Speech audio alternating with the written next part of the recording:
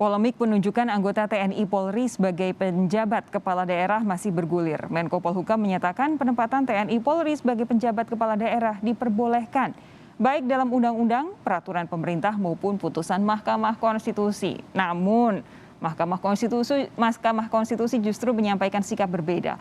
Apa yang menjadi perbedaan sudut pandang penetapan penjabat anggota TNI Polri ini saya akan bahas bersama juru bicara Mahkamah Konstitusi Fajar Laksono.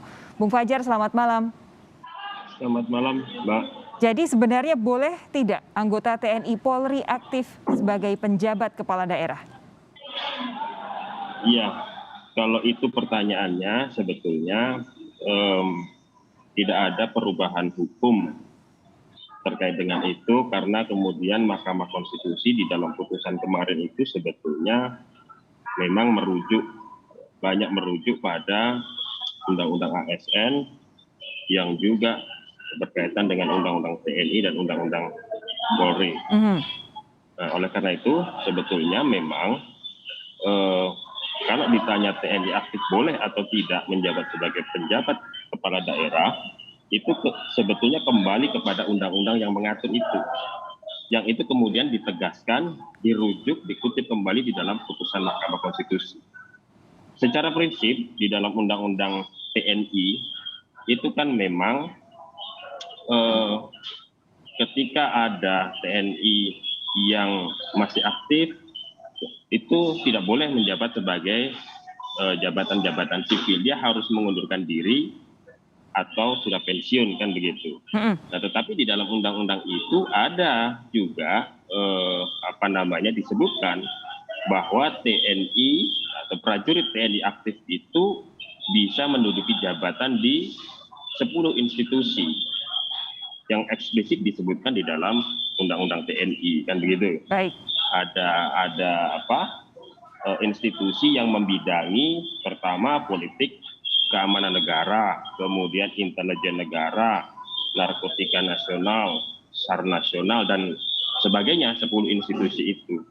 Artinya kemudian kalau ada TNI aktif yang menjabat sebagai jabatan pimpinan tinggi madya atau pratama, dan itu bekerja di 10 institusi itu, ya memang sesuai dengan aturan, sesuai dengan undang-undang memang bisa. Nah, oleh karena itu jawaban apakah boleh TNI aktif itu menjabat atau diangkat menjadi penjabat kepala daerah, boleh, tapi dengan catatan itu tadi. Ya. Dan begitu. Oke, ada catatannya begitu ya. Tapi begini, ya. Ini yang jelas ada perbedaan perspektif antara Mahkamah Konstitusi dengan Menko Polhukam. Pak Mahfud bahkan bilang bahwa ini sudah sesuai dengan keputusan perundang-undangan, putusan Mahkamah Konstitusi juga. Nah, sebenarnya di mana letak perbedaannya antara sudut pandang MK dengan cara interpretasi perundang-undangan dari Pak Mahfud MD yang sebenarnya juga adalah mantan Ketua MK? Saya kira kok tidak ada perbedaan penafsiran. Seperti saya katakan tadi, di dalam putusan ini Mahkamah Konstitusi tidak membuat norma baru terhadap apakah TNI Polri itu bisa menjabat atau tidak. Karena kemudian di dalam putusan MK itu hanya merujuk itu tadi, yang kemudian ditambahkan dengan beberapa mandat konstitusional lain yang memang diciptakan oleh putusan Mahkamah Konstitusi di dalam pertimbangan. Misalnya jabatan pimpinan tinggi madya atau pratama yang akan diangkat itu harus misalnya memiliki pemahaman yang utuh terhadap Pancasila, bisa bekerja sama dengan DPR. Ya, itu normatifnya ya. Ya. Tetapi secara aturan memang Mahkamah Konstitusi tidak membuat norma baru terhadap TNI Polri apakah bisa menjabat atau tidak. Begini, sekarang pertanyaan saya adalah ketika sudah ada anggota TNI Polri aktif yang sudah diangkat menjadi penjabat kepala daerah, secara konstitusional aturannya seperti apa? Apakah mereka harus mengundurkan diri saat ini atau seperti apa, Bung Fajar? Bukan. Sepanjang dia adalah jabatan pimpinan tinggi madya atau pratama yang ditempatkan di 10 institusi itu ya sesuai aturan sebetulnya tidak, kan begitu. Karena yang tidak boleh itu adalah di luar 10 institusi itu tadi. Jadi begini, prinsipnya itu yang bisa menjabat atau diangkat menjadi penjabat kepala daerah itu kan gubernur itu harus jabatan pimpinan tinggi madya, gitu. Sementara untuk bupati wali kota itu jabatan pimpinan tinggi pratama, kan begitu. Oke. Nah, kalau dia adalah menduduki jabatan itu, kalau kebetulan dia adalah TNI aktif dan ditempatkan di 10 institusi itu, kan berarti harus kembali ke norma bahwa dia adalah jabatan pimpinan tinggi madya atau pratama, kan begitu. Sebentar, ini cara Bung Fajar menjawab pertanyaan saya sangat-sangat letterlek undang-undang ya. Tapi saya ingin bacakan apa yang muncul pernyataan Anda di Harian Kompas kemarin adalah bahwa sebenarnya penjabat kepala daerah ditegaskan bahwa hanya jabatan-jabatan tertentu di pemerintah yang bisa diisi oleh anggota TNI Polri aktif. Jabatan dimaksud telah diuraikan dalam Undang-Undang TNI Polri.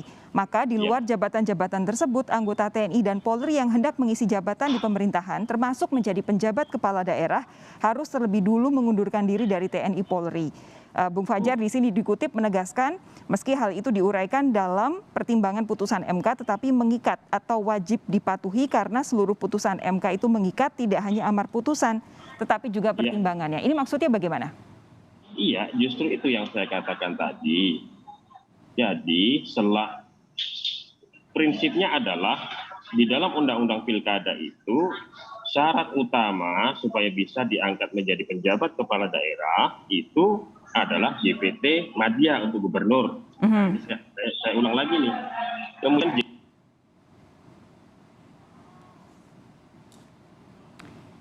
Bung Fajar? Ya. Oke, tadi sempat hilang sebentar. Silakan diulang.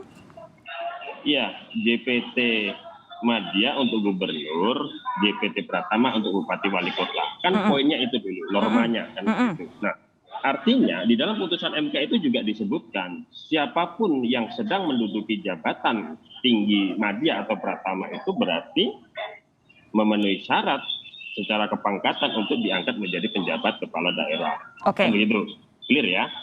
Oke. Nah, di dalam Undang-Undang TNI itu dikatakan TNI prajurit TNI aktif itu boleh menjabat atau menduduki jabatan di 10 institusi. Kan begitu, yang 10 institusi yang saya sampaikan tadi. Maka ketika ada TNI aktif yang sedang menduduki jabatan di 10 institusi itu, paling tidak dia memenuhi syarat. Baik. Di luar itu tidak memenuhi syarat, kan begitu. Misalnya, sekarang kita masuk ke ini aja, praktisnya saja. Pelantikan Kepala Badan Intelijen Negara Daerah atau Kabinda Sulawesi Tengah. Ini salah satu contohnya, Brigjen TNI Andi Chandra sebagai penjabat Bupati Seram bagian Barat ini, apakah sudah sesuai undang-undang, apakah konstitusional? Saya tidak ingin terlalu masuk kepada teknis, tapi karena saya juga tidak terlalu mengikuti itu ya. Apakah Kabinda itu jabatan tinggi madya? Apakah Kabinda itu adalah institusi yang termasuk ke dalam 10 institusi yang disebutkan di dalam Undang-Undang TNI? Oke, Undang-Undang TNI, bagaimana dengan Undang-Undang Pilkada? Sesuai tidak? Iya, kalau dengan Undang-Undang Pilkada malah lebih jelas lagi. Karena seperti yang saya sampaikan tadi, prinsipnya seseorang yang menduduki jabatan pimpinan tinggi madya itu memenuhi syarat untuk diangkat menjadi penjabat gubernur. Pimpinan tinggi pratama itu memenuhi syarat untuk menjadi penjabat bupati atau wali kota. Itu saja sebetulnya yang diatur di Undang-Undang Pilkada. Kalau secara umum, Bung Fajar, posisi Mahkamah Konstitusi dalam upaya untuk tidak mengembalikan lagi dui fungsi ABRI itu seperti apa? Iya, justru ini yang seringkali kemudian luput karena kemudian persoalannya selalu lebih banyak di porsi apakah TNI Polri itu bisa menjabat atau tidak. Karena di dalam putusan Mahkamah Konstitusi itu sebetulnya ada juga diatur bahwa supaya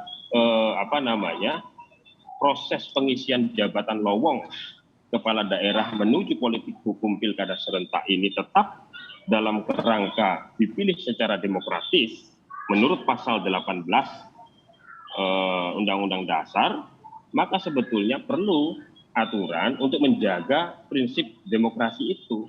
Sehingga Mahkamah Konstitusi itu di dalam putusannya mengatakan perlu diatur, perlu dibuat aturan pelaksana untuk supaya ini jelas ini mekanisme pengangkatannya seperti apa, syarat-syaratnya seperti apa, transparansinya seperti apa, akuntabilitasnya seperti apa, sampai kemudian bagaimana pemerintah itu menyikapi aspirasi daerah ketika ada aspirasi daerah.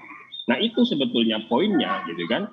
Kalau itu kemudian di dalam pertimbangan hukum itu ditaati, paling tidak ada aturan pelaksanaannya, itu sebetulnya polemik ini barangkali menjadi lebih bisa diminimalisir gitu kan. Oke, jadi memang saat ini yang diingatkan oleh MK harusnya ada aturan-aturan turunan itu ya? Ya, ada aturan turunan itu karena jangan sampai pengisian jabatan kepala daerah ini, penjabat kepala daerah ini keluar dari konteks atau dari kerangka dipilih secara demokratis itu tadi, gitu kan? Jadi ini tetap dalam kerangka bahwa kepala daerah itu dipilih secara demokratis, kan begitu? Bahwa ini diangkat, bahwa ini ditunjuk, tetapi ada aturan pelaksanaan untuk melakukan itu sehingga publik juga bisa mengetahui secara terang benderang bagaimana sebetulnya prosesnya, kan begitu, syarat-syaratnya, bahkan termasuk soal kewenangan penjabat kepala daerah ini itu ada di dalam pertimbangan putusan Mahkamah Konstitusi.